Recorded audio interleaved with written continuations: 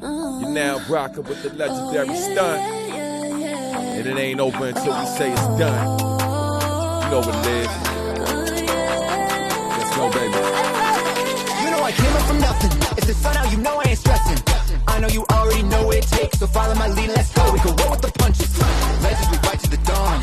Heroes, all along, don't have to do it alone. Nah. 515 party victory lap. Find our enemies, maniac, yeah. We're looking out for the world. Everyone, you know they heard. Jadi konsep 515 ini menceritakan 3 karakter yang terkenal, Brody, Chow, dan Selena. Tapi kali ini mereka memakai skin yang khusus untuk event 515 ini dan juga kolaborasi 3 karakter ini untuk membentuk tim STUN ya, STUN ya, ketika sebuah kekacauan terjadi di kota mereka ini.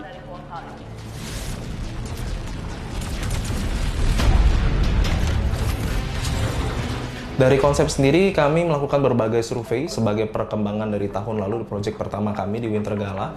Dan tahun ini setelah mendapatkan hasil survei, kami melihat bahwa sebenarnya fans di Indonesia itu menginginkan adanya kombinasi antara live action dan CGI 3D animated movies. Jadi kami membuat dan menyediakan konsep ini kepada para penggemar kami di Indonesia agar mereka dapat lebih berinteraksi dengan pemain-pemain di Mobile Legends yang lainnya. Dan di sini konsepnya kita lumayan ambisius karena kita juga menceritakan kota yang fiksional. Jadi konsep kita waktu itu pengen daripada kita colong-colong Jakarta dan mencoba untuk membuat sebuah kota futuristik yang fiktif, kita coba bermain ambisius dalam CGI. Jadi di situ lahirlah konsep 515 ini.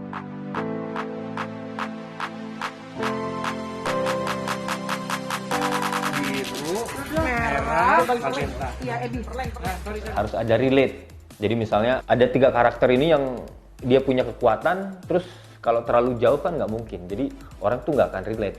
Gimana iklan ini dibikin seimajinasi tapi sedekat mungkin dengan audiens yang ngerasain, yang pengen nikmatin gitu.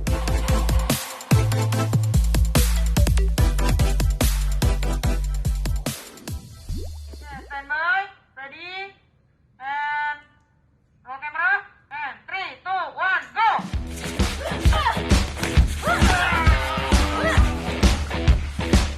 Halo semuanya, aku Rachel Florencia. Jadi di sini aku berperan sebagai Selena.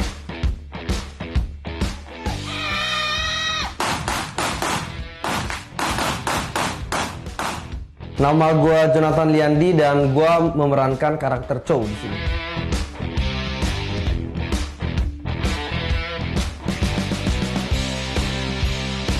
Gue di sini jadi hero penjajahan Belanda ya, kerja Brody.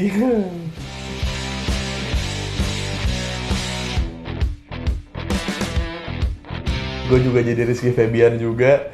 Brody di pelukanmu. Berada itu juga. Karakter itu dari Mobile Legends yang kita perdalam, kita godok bersama hanya bahwa mereka ini sebagai hero yang menyelamatkan kota ini ya. Mungkin ada sedikit kayak plesetan dari karakter-karakternya, terutama Tamus ini sebenarnya hero, cuman di sini kita menjadikan sebuah kayak tokoh yang apokaliptis gitu, yang membuat kekacauan. Dan Minion pun, karakter-karakter Minion yang biasanya ada di game Mobile Legends juga kita develop menjadi, kita perbarui secara bentuk ya, supaya lebih realistis dan supaya lebih masuk sense di dalam perperangan mereka, antara mereka dan tim STUN ini.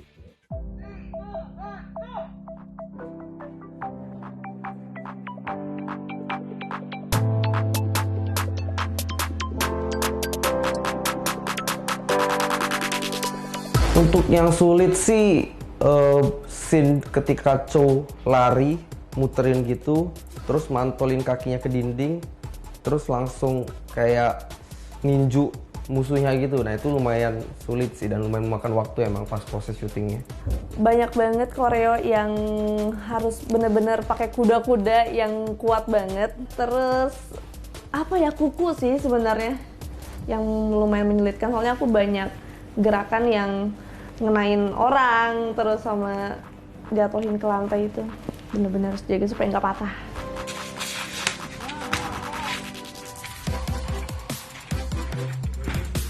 Koreografi gue tuh rumit banget, terus kayak pro banget. bener. Lo bener gue mah. Kalau koreografi segala macamnya gue gimana ya? Parah nih pokoknya. Hampir nggak ada koreografinya karena Brody cuma nembak-nembak doang. Untung nggak jadi cow, pusing gue bener deh.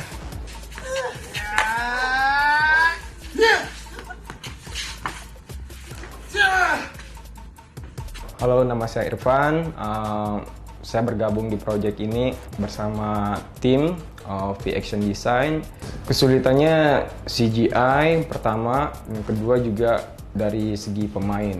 Karena kita lihat dan kita tahu juga pemain kita juga bukan dari orang bela diri.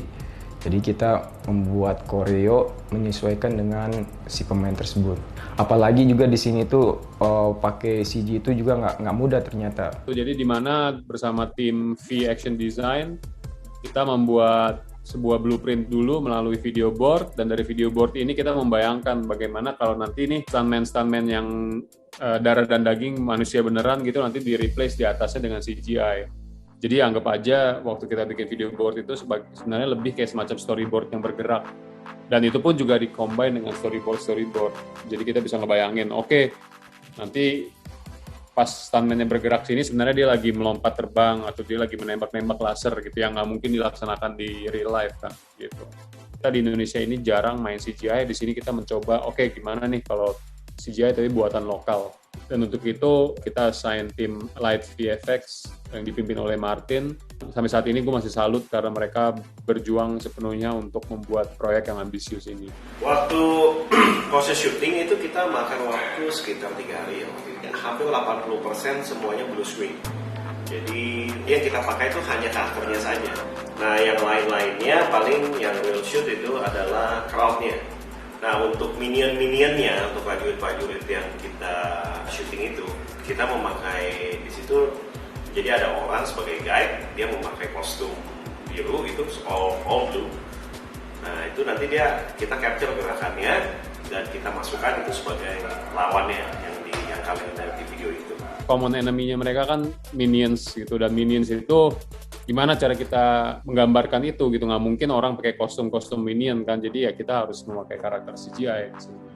Untuk yang kali ini kebetulan motion capture kita udah datang, jadi memang supaya gerakannya realistik gitu ya, kita pakai teknologi motion capture di kali ini. Dia ada tracking suit nih, ada tracking mark, jadi dia ada kayak alat pendeteksi gitu, tracking point. Nanti dari proses motion capture masuk ke 3D, masuk ke animasi karakternya. Nanti setelah satu-satu semua udah oke, nanti baru digabungin ke set final. Misalkan ada beberapa minion pasukan. Nah dia itu kalau kita gerak seperti apapun, dia akan ngikutin. Ini kita bisa mempercepat waktu tuh. Bahkan untuk semua gerakan tuh kita bisa kelar cuma dalam seminggu doang. Which is yang sebenarnya kalau dihitungin gitu ya, kalau kita manually itu sebulan aja belum tentu jadi.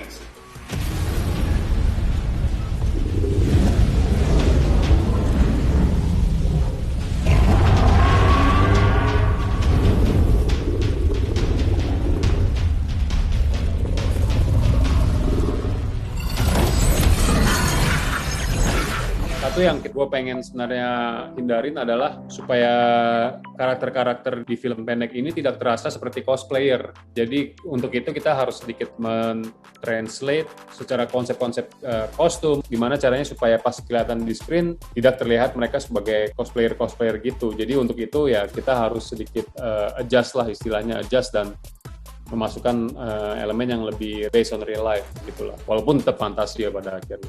Tantangannya, ini adalah semua tantangan kalau bikin kostum dari konsep 3D. Itu kayak kalau 3D kan semuanya bisa terjadi tuh. Cuma kan untuk in reality nggak semua itu bisa diimplementasikan ke benda sehari-hari seperti yang akan dipakai sama talent-talent ini. Terus kayak contoh misalkan Selena kan bajunya pakai puffer jacket gitu kan, tapi kan seharusnya tangannya tuh jauh lebih gede. Cuma kan ya nggak bisa, kalau itu dibikin tangannya lebih gede, dia akan menyusahkan movementnya dia gerak.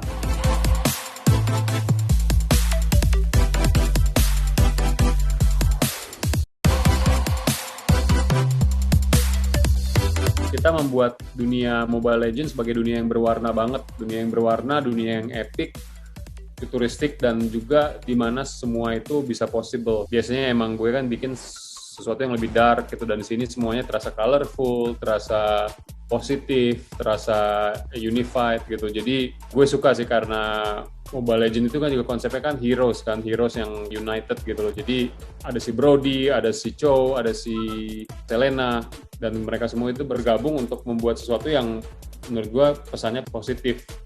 Yang artinya kita juga ngelihat gamers-gamers yang Mobile Legends ini bersatu untuk Charlie 515 ini.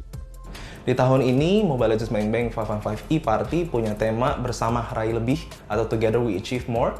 Jadi kita mau memberikan message atau pesan kepada pemain Mobile Legends Bang Bang di Indonesia bahwa bersama-sama, baik itu bersama dengan Mobile Legends atau dengan players yang lain, kalian semua dan kita semua bisa meraih hal yang lebih luar biasa, meraih kemenangan, meraih kebahagiaan, dan menorehkan sejarah baru di Indonesia.